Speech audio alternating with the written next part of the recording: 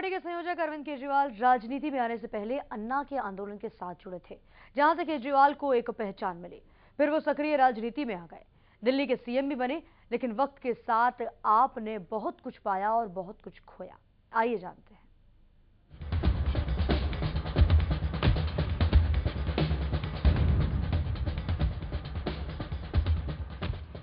आप दिल्ली विधानसभा चुनाव में 28 सीटें जीतकर एक करिश्मे की तरह उभरी थी। अब तक 100 दिन का वक्त गुजर चुका है। वक्त के साथ राजनीति बदली और समीकरण भी बदला। बहुत सी चीजें आपके पक्ष में गईं, तो वक्त के साथ आपको नुकसान भी हुआ। विवादों में घिरी आप। पहले पार्टी को लेकर कोई विवाद नहीं था, लेकिन अब विवादों का अंबार सा लग गया है।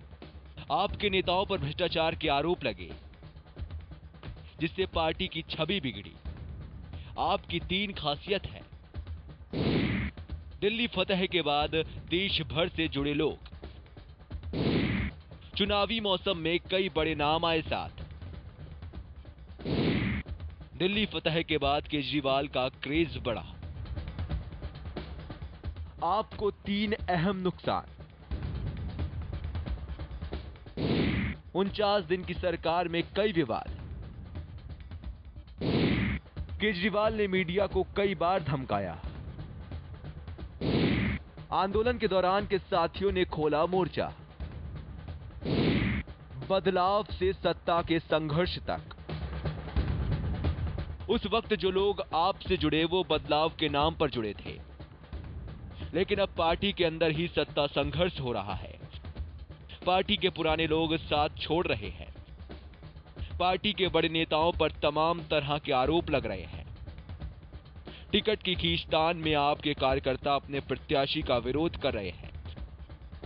तो जिन पर भरोसा करके पार्टी ने लोकसभा का टिकट दिया, वो अपना टिकट वापस कर रहे हैं। प्रदेश के मुद्दों से राष्ट्रीय मुद्दों तक। दिल्ली का दंगल आपने सस्ते बिजली पानी के दम पर जीता था।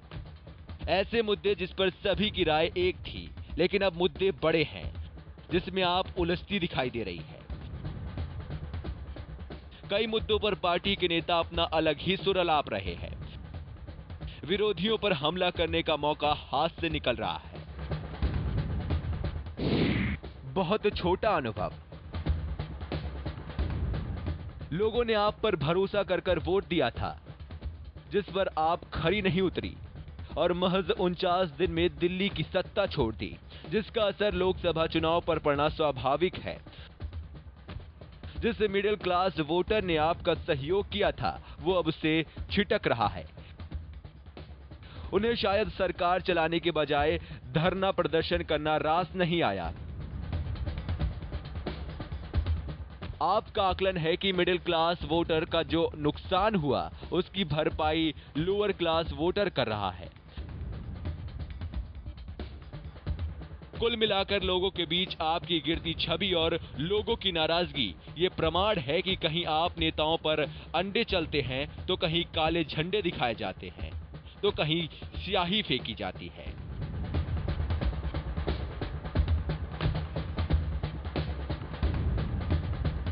और अब तो लोग हमला भी करने लगे हैं। ब्यूरो रिपोर्ट, के न्यूज, खबरों का साथी।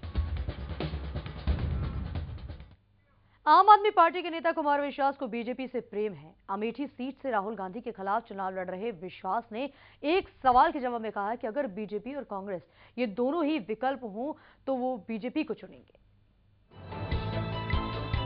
आम आदमी पार्टी के कद्दावर नेता कुमार विश्वास का विश्वास लगता है डगमगा गया है। तभी तो वो विकल्प चुनने के हालात में बीजेपी को चुनना पसंद कर रहे हैं। कुमार विश्वास आम आदमी पार्टी में आने से पहले नरेंद्र मोदी के काफी बड़े समर्थक रहे हैं और उन्होंने अपनी एक कविता में तो नरेंद्र मोदी की तुलना भगवान शिव से कर दी थी।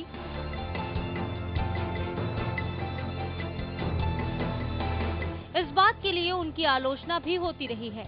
वैसे बीजेपी को लेकर एक बार फिर अरविंद केजरीवाल भी कुछ ऐसा ही बयान दे चुके हैं। हालांकि बाद में वो अपने बयान से पलट गए।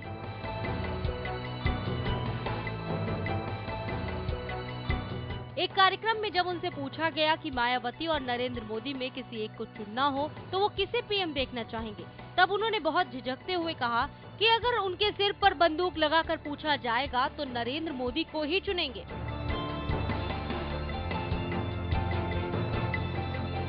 अब वैसे ही बात उनके साथी कुमार विश्वास ने कही है।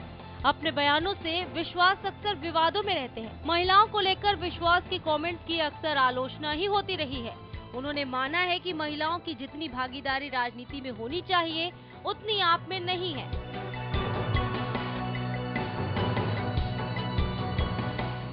विश्वास ने कहा कि वो मनीष और कई महिलाओं से मिले थे और उनसे चुनाव लड़ने की अपील की थी। मल्लिका साराभाई की ओर से महिलाओं के अपमान के विवाद पर विश्वास ने कहा कि कवि का काम अलग है।